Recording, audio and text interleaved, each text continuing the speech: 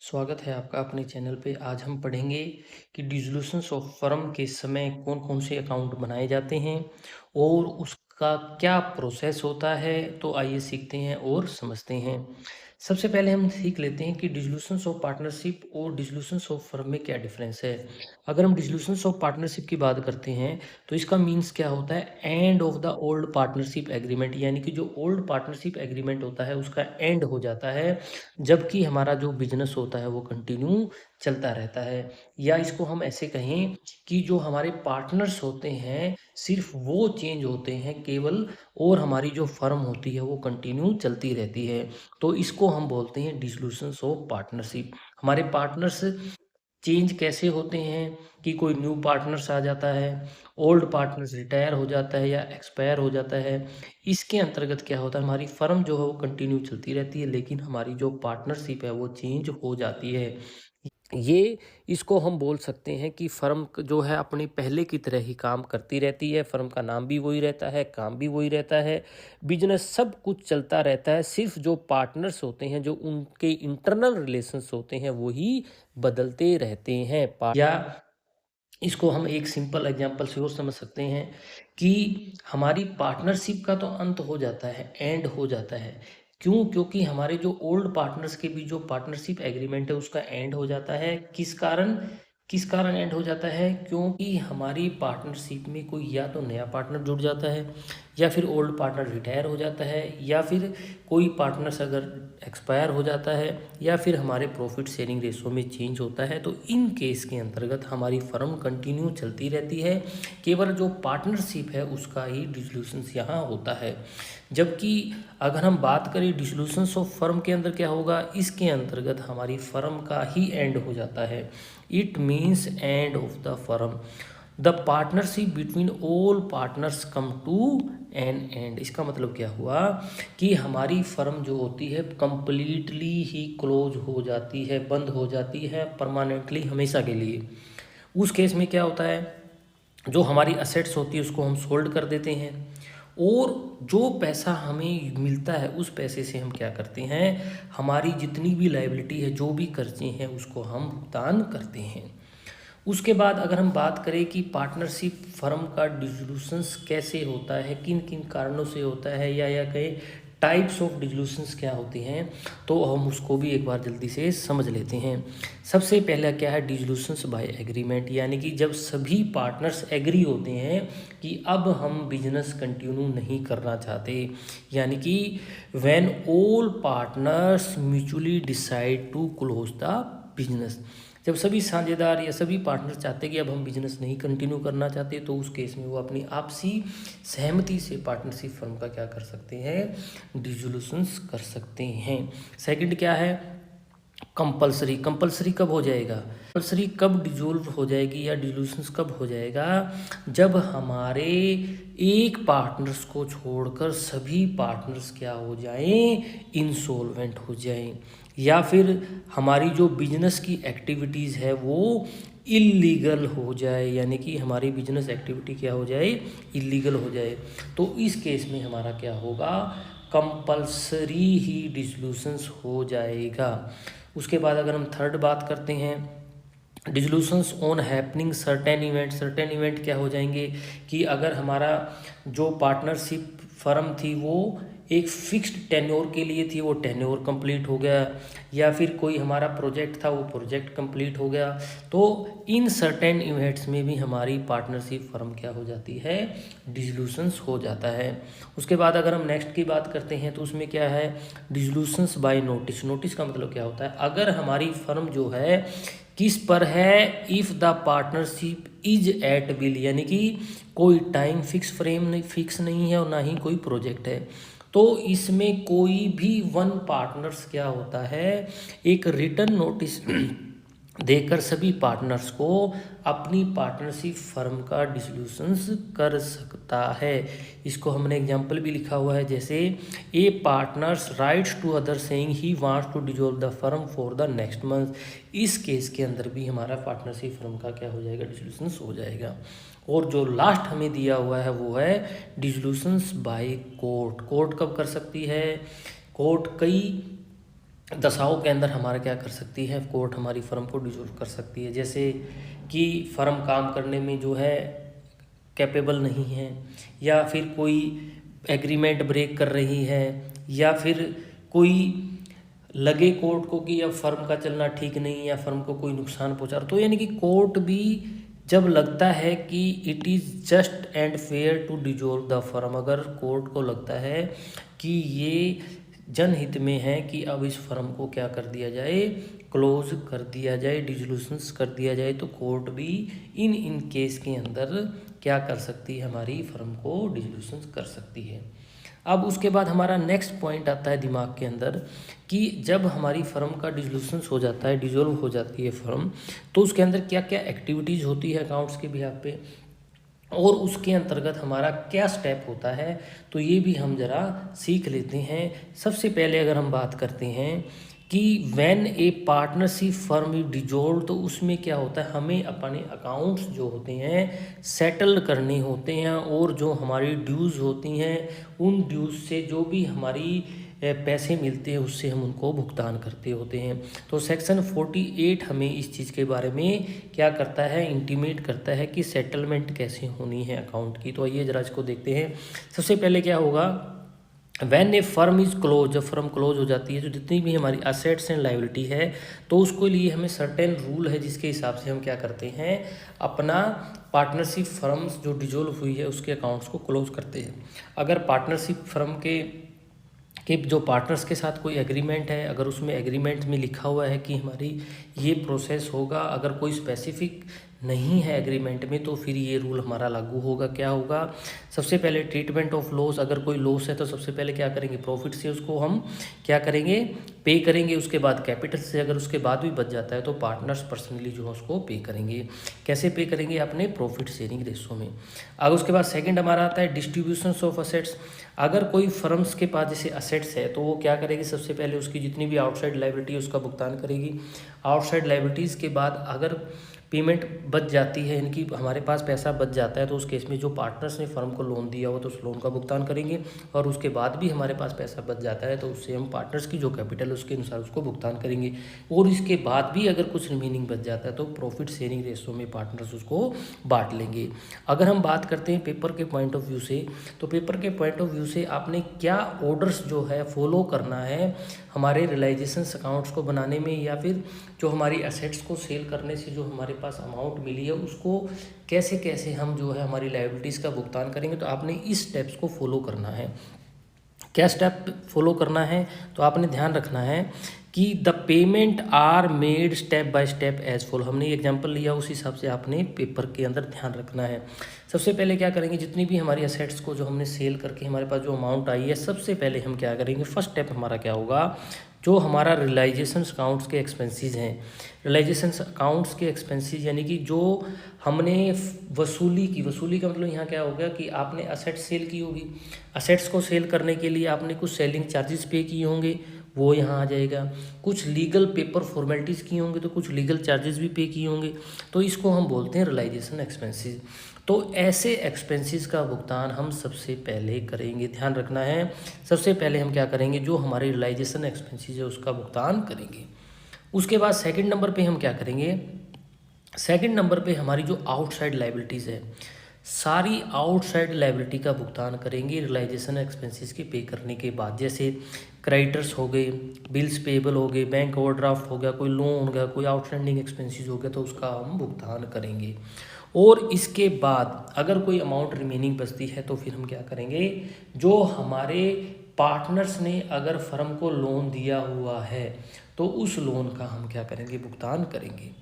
उसके बाद fourth number पे हमारा क्या आएगा, पार्टनर्स की कैपिटल का भुगतान करेंगे। और उसके बाद भी अगर अमाउंट जो है रिमेनिंग बच जाती है तो हम क्या करेंगे, उसको पार्टनर्स बांट लेंगे, किसमें, अपने प्रॉफिट शेयरिंग रेशो में। उम्मीद है यहाँ तक आपको ये क्वेश्चन समझ आया होगा। अब हम बात करते हैं मोस्ट इम्पोर्टेंट पार्ट की, कि अब इसके अंदर हमें कौन कौन से अकाउंट जो है बनाने होंगे।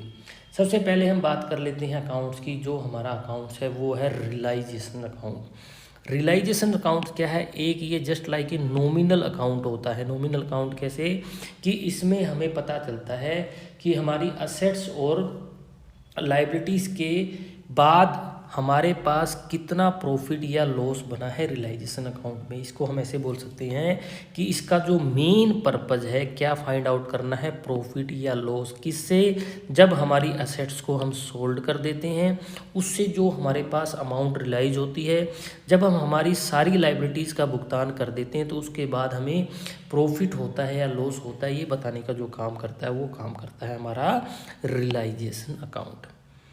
अब इसका अगर हम बोले पर्पज़ क्या है, तो पर्पज़ जैसे हमने बताया क्या पता करना, कैलकुलेट करना क्या प्रॉफिट या लॉस, यानी कि रियलाइजेशंस पे हमें प्रॉफिट हुआ या लॉस हुआ है, तो ये जो बताने का काम करता है वो करता है हमारा रियलाइजेशन अकाउंट। उसके बाद हमारा जो नेक्स्ट पार्ट आता है वो आता है कि अब रियलाइजेशंस अकाउंट्स को बनाने के लिए हमें क्या क्या स्टेप जो है फॉलो करने चाहिए। सबसे पहले क्या है, स्टेप टू बी फॉलोड या प्रिपेयर रियलाइजेशन अकाउंट। सबसे पहला क्या है, ट्रांसफ़र ऑफ असेट्स। यहाँ ध्यान रखना है जितनी भी हमारी असेट्स हैं जो हमारी बैलेंस शीट में दी हुई हैं उसको हम ट्रांसफ़र कर देंगे। कहाँ ट्रांसफ़र कर देंगे, रियलाइजेशन अकाउंट्स में। कहाँ पर, रियलाइजेशन अकाउंट के डेबिट साइड में। अब एक चीज़ और ध्यान रखनी है कि इसके अंतर्गत जो हमारा कैश और बैंक और फिक्स्ड असेट्स हो उसको हम छोड़ देंगे। और दूसरा, अगर हमारी कोई इंटेंजिबल असेट्स है जैसे गुडविल है तो गुडविल को भी आप ट्रांसफ़र करेंगे। अगर गुडविल के बारे में क्वेश्चन साइलेंट है तो हम ये मान लेंगे कि हमारी गुडविल से हमें कुछ भी अमाउंट जो है रियलाइज नहीं हुई है।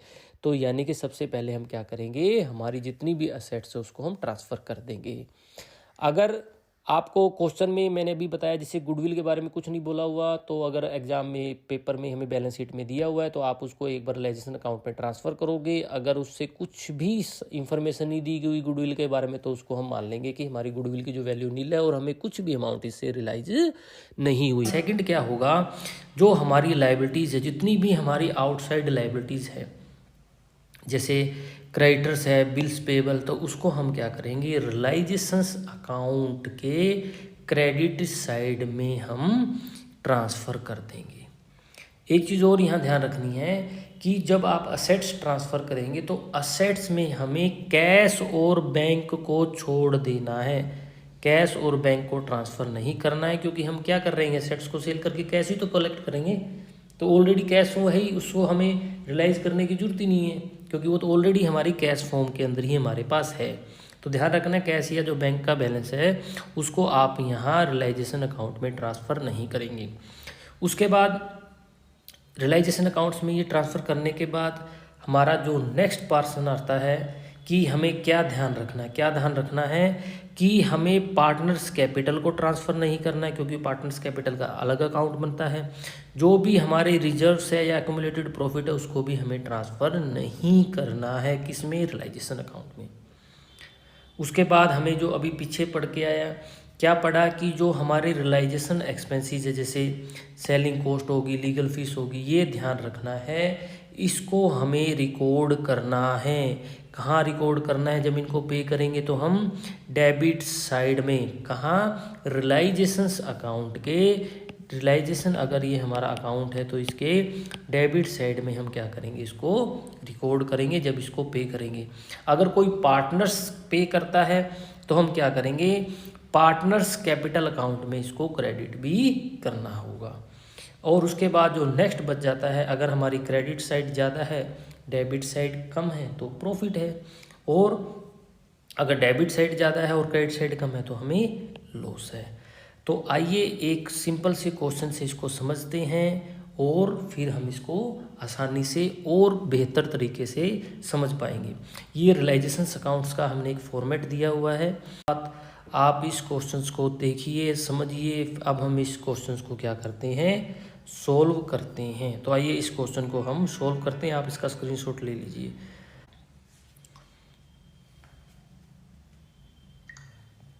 तो आइए अब हम सॉल्व करते हैं क्वेश्चंस को और समझते हैं। तो सबसे पहले अब हम क्या करेंगे, रियलाइजेशंस अकाउंट बनाएंगे। तो रियलाइजेशंस अकाउंट बनाने के लिए हमें क्या करेंगे, सबसे पहले हमें जितनी भी असेट्स दी हुई है कैश और बैंक को छोड़कर, वो एज टीज हम ट्रांसफ़र कर देंगे रियलाइजेशन के डेबिट साइड में, और जितनी भी लायबिलिटीज़ दी हुई है उसको हम रियलाइजेशन के क्रेडिट साइड में एज टीज लिख देते हैं। तो एक बार हम ये सिंपल सा काम कर लेते हैं।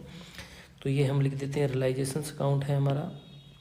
तो हम लिखते हैं सबसे पहले जितनी भी हमारी असेट्स दी हुई है एक बार हम डाल लेते हैं एज टीज।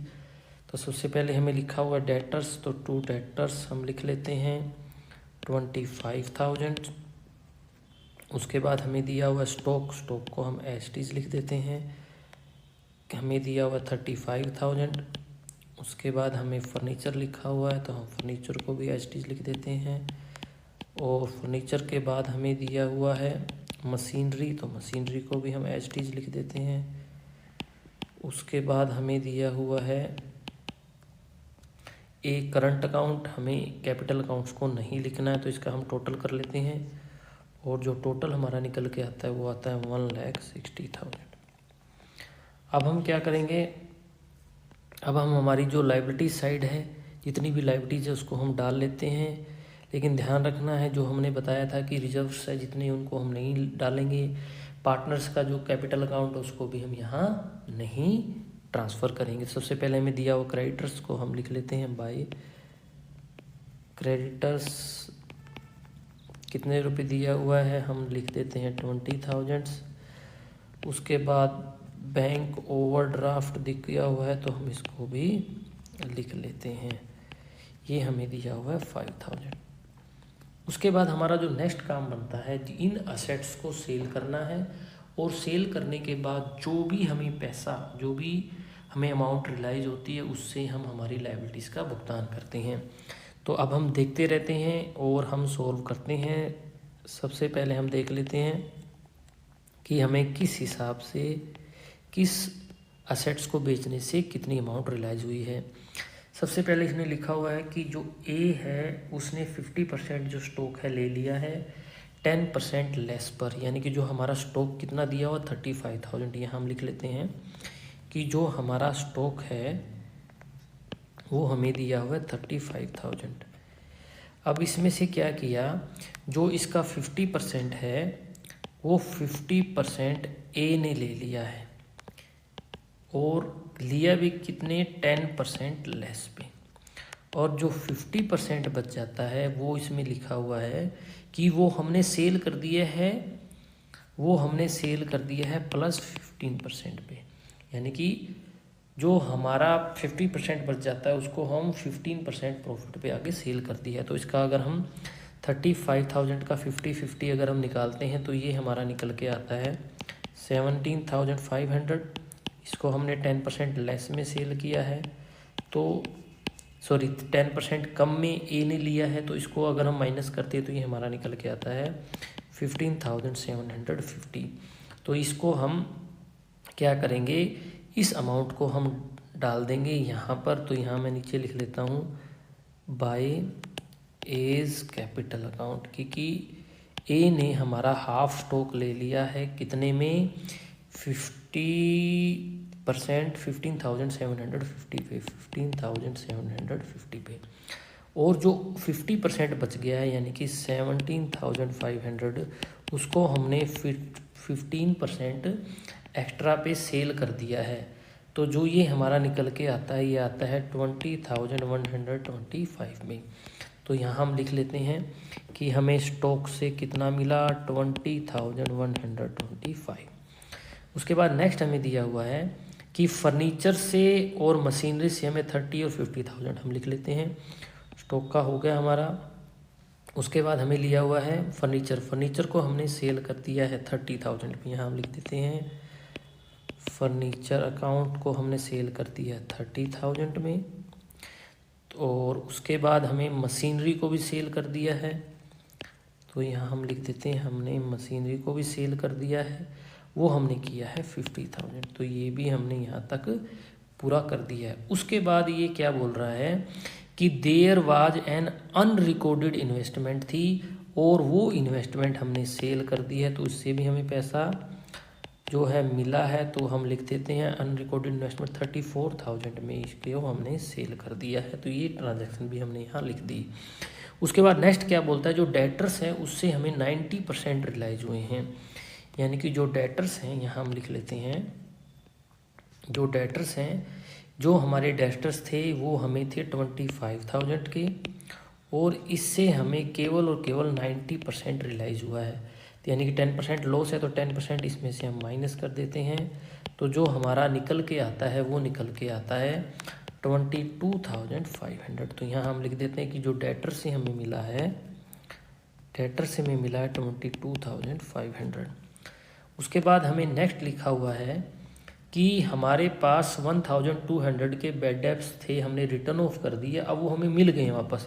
तो इनसे भी 1,200 रुपये हमें मिल गया। तो यहाँ लिख देते हैं हम बैड डेब्ट्स रिकवर्ड करके 1,200। तो इनका हम टोटल करते हैं, तो जो ये टोटल निकल के आता है ये हमारा आता है 1,57,825। तो ये अमाउंट हम यहाँ एज इट इज लिख देते हैं।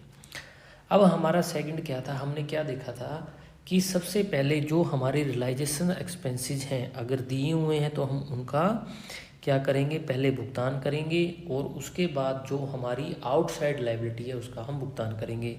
तो इस क्वेश्चन के अंदर आउटसाइड लायबिलिटीज़ हमें दी हुई है, क्रेडिटर्स है हमारे बैंक ओवरड्राफ्ट है, और लास्ट में इन्होंने लिखा हुआ है कुछ आउटस्टैंडिंग रिपेयर के बिल था वो 2,000, तो इसका भी हम भुगतान कर देते हैं। तो भुगतान करने के लिए हम लिख देते हैं टू बैंक अकाउंट, और हमने जो पे किया है हम लिख देते हैं क्रेडिटर्स का किया है। क्रेडिटर्स हमारे 20,000 थे, तो 20,000 का हमने यहाँ भुगतान कर दिया है। उसके बाद बैंक ओवरड्राफ्ट, तो हम उसका भी पे कर देते हैं। बैंक ओवरड्राफ्ट कितने रुपीज़ है, 5,000, हमने उसका भी भुगतान कर दिया। लास्ट में हमें एक एंट्री दी हुई है 4 नंबर पे कि 2,000 के हमारे आउटस्टैंडिंग क्या थे, बिल था, तो हम उसका भी भुगतान कर देते हैं। ध्यान रखना है सबसे पहले हमें रियलाइजेशन एक्सपेंसेस का पे करना। इस क्वेश्चन में रियलाइजेशन एक्सपेंसेस नहीं दिए हुए हैं, तो उसके बाद हमने क्या किया, जितनी भी हमारी आउटसाइड लायबिलिटी थी उसका हमने भुगतान कर दिया है। अगर उसके पास नेक्स्ट जो आता है हमारा पार्टनर्स ने, अगर किसी ने लोन दिया हुआ है तो इस बैलेंस शीट के हिसाब से कोई भी लोन पार्टनर से हमने नहीं लिया हुआ है, तो हमारा ये क्वेश्चंस का रियलाइजेशन अकाउंट यहीं तक जो होता है कंप्लीट हो जाता है। अब हम टोटल कर लेते हैं। हमारा जो क्रेडिट साइड का टोटल आता है वो आता है 1,98,575, और इसमें से हम माइनस कर देते हैं, तो जो हमारा प्रॉफिट आता है, जो हमारा प्रॉफिट निकल के आता है, यहाँ लिख देते हैं profit transfer to partners capital account. जो हमारा प्रॉफिट निकल के आता है वो आता है 11,575 रुपये। अब इस प्रॉफिट को पार्टनर्स बांट लेंगे किस में, इनके प्रॉफिट शेयरिंग रेशो में। तो इस क्वेश्चंस के अंदर जो प्रॉफिट शेयरिंग रेशो है कुछ भी नहीं बताया, तो 50-50 हम एक बार मान लेते हैं। तो हम लिख देते हैं ए को और बी को इसमें 50-50 हम ट्रांसफ़र कर देते हैं, 5788 और 5787। तो ये क्वेश्चन का हमारा रियलाइजेशन अकाउंट यहाँ तक कंप्लीट हो चुका है। उम्मीद है यहाँ तक आपको ये क्वेश्चन समझ आया होगा। उसके बाद जो सेकंड हमारा पार्ट आता है वो आता है पार्टनर्स का करंट अकाउंट। तो हम क्या करेंगे, हमारे जो पार्टनर्स हैं उनका हम करंट अकाउंट भी एक बार बना लेते हैं। पार्टनर्स करंट अकाउंट हम बना लेते हैं। हमारे जो पार्टनर्स हैं उनका ये करंट अकाउंट हम बना लेते हैं, क्योंकि हमारी जितनी भी ट्रांजैक्शन होती है हम करंट अकाउंट्स में ही करते हैं। तो यहाँ हम लिख लेते हैं पार्टनर्स करंट अकाउंट। अब हमें जो बैलेंस दिया हुआ लिख लेते हैं, टू बैलेंस जितना भी हमें दिया हुआ है, सबसे पहले हम ए बी यहाँ भी लिख लेते हैं, ए और बी। अब हम देखते हैं जो ए का जो है डेबिट बैलेंस है जबकि बी का क्रेडिट बैलेंस, तो हम लिख लेते हैं बी का हमारे पास क्रेडिट बैलेंस है जबकि ए का जो है डेबिट बैलेंस है। तो हम लिख लेते हैं ए का 10,000।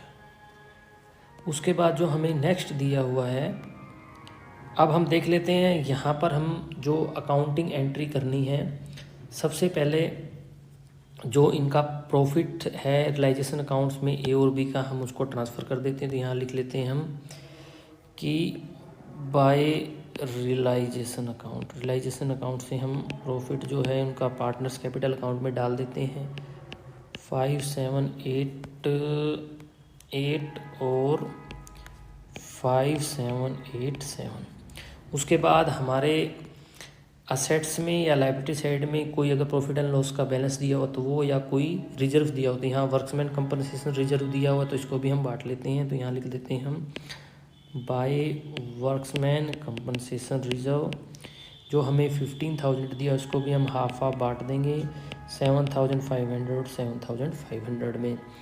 अगर किसी पार्टनर्स ने कोई भी असेट्स ली है तो यहाँ ए ने लिया है तो ए के करंट अकाउंट में हम ट्रांसफ़र कर देंगे, तो इससे कैपिटल कम हो जाएगी। तो यहाँ हम लिख देंगे टू रियलाइजेशन अकाउंट। तो रियलाइजेशन अकाउंट में यहाँ हम डाल देंगे 15,750।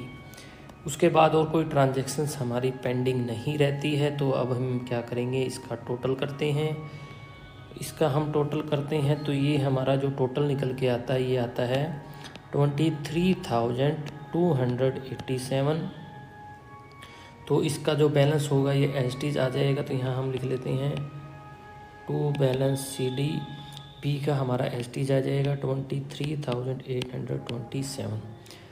और जो ए का आया है, ए का हमारा डेबिट बैलेंस जो है कैपिटल अकाउंट का ज़्यादा है तो यहाँ हम एज लिख लेते हैं 25,750। इसमें से ये माइनस कर देंगे तो इसका जो बैलेंस आता है ये आता है जी, बैलेंस कैरी फॉरवर्ड कर देते हैं हम पार्टनर्स कैपिटल अकाउंट में, ये हमारा निकल के आएगा 12,462।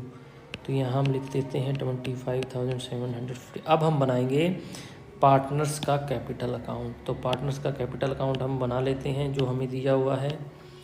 अभी हमें करंट अकाउंट बनाया था, अब हम यहाँ लिख लेते हैं partners capital account to balance by balance BD. तो ये हमारा आ जाएगा, दिया हुआ है ए का 1 लाख, बी का 50,000, ए का 1 लाख, बी का 50,000। अब करंट अकाउंट का जो बैलेंस है वो हम एज ट्रांसफ़र कर देंगे। बी का क्रेडिट बैलेंस है तो बी का हम लिख देते हैं यहाँ बाय पार्टनर्स करंट अकाउंट। इसका बी का हमारा है 23,827। और जो ए का दिया हुआ है यहाँ हम लिख देते हैं करंट अकाउंट, लिख देते हैं हम ए का हमें दिया हुआ है 12,462।